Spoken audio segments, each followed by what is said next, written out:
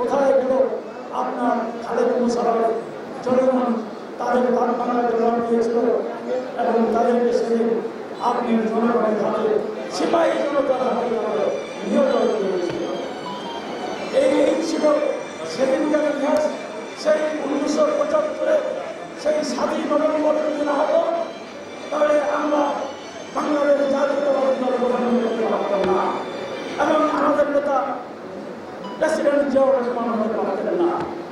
আজকে আমরা সেই দিনটাকে মনে করি বাংলাদেশ জাতীয়তাবাদী দলের জন্য এই দিনটি হলো একটি তাৎপর্যময় দিন, এই দিনটি হলো একটি ঐতিহাসিক দিন, এই দিনটি হলো আমাদের কাছে সবচাইতে গুরুত্বপূর্ণ দিন।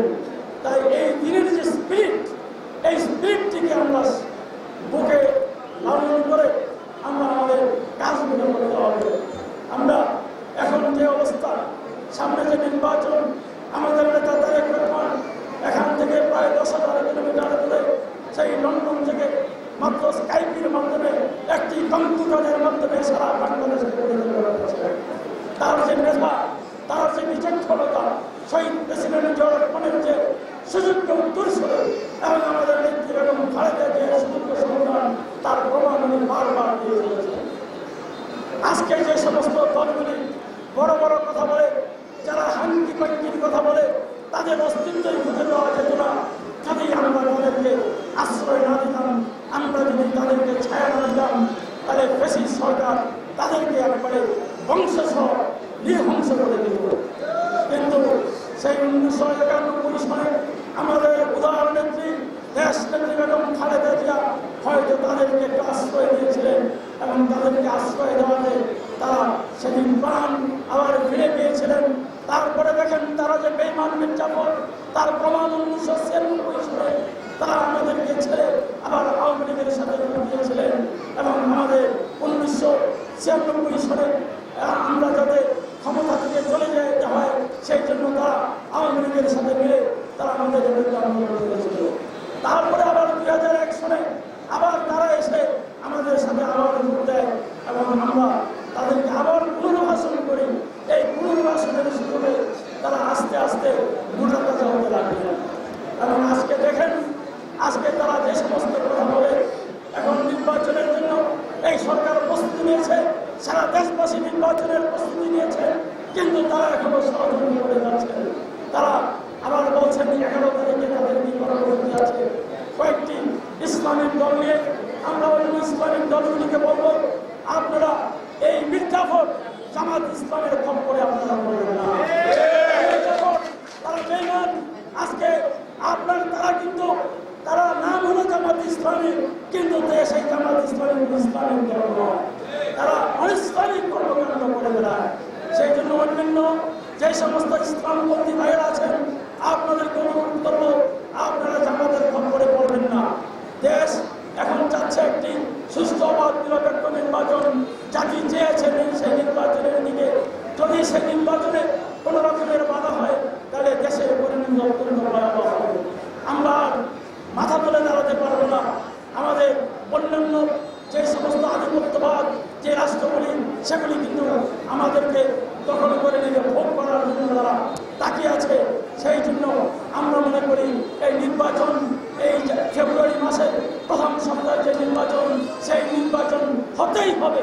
এবং যারা ষড়যন্ত্র করছেন এবং 11 তারিখের কথা বলেন, আর 22 তারিখের কথাই বলেন, আর 33 তারিখের কথাই বলেন, আপনাদের এই সমস্ত আপনাদের কথার কোনো কাজ হবে না। নির্বাচন হবে এবং সেই নির্বাচনে বাংলাদেশ জাতীয়তাবাদী দল ক্ষমতা আসবে।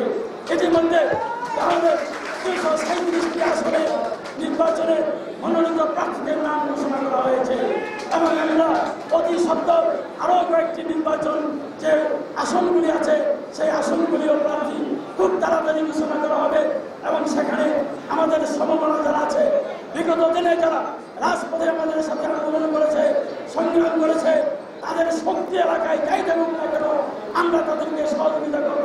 প্রয়োজনে ধানের শীষের মার্কা দিয়ে আমরা তাদেরকে বিজয়ী করে নিয়ে আসে বাংলাদেশে সংখ্যাগরিষ্ঠ আসনে বাংলাদেশ জাতীয়তাবাদী দল বিজয় লাভ করে এবং সেই নির্বাচনের পরে আমাদের নেতা জনাব তারেক রহমান প্রধানমন্ত্রী হবেন। সুতরাং প্রধানমন্ত্রী হলে উনি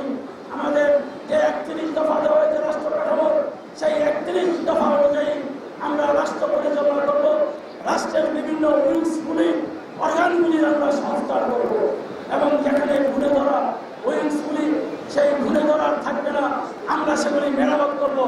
এই জন্যই বলা হয়েছে, আমাদের লিফলেটে কিন্তু বলা হয়েছে রাষ্ট্র মেরামতের 31 দফা।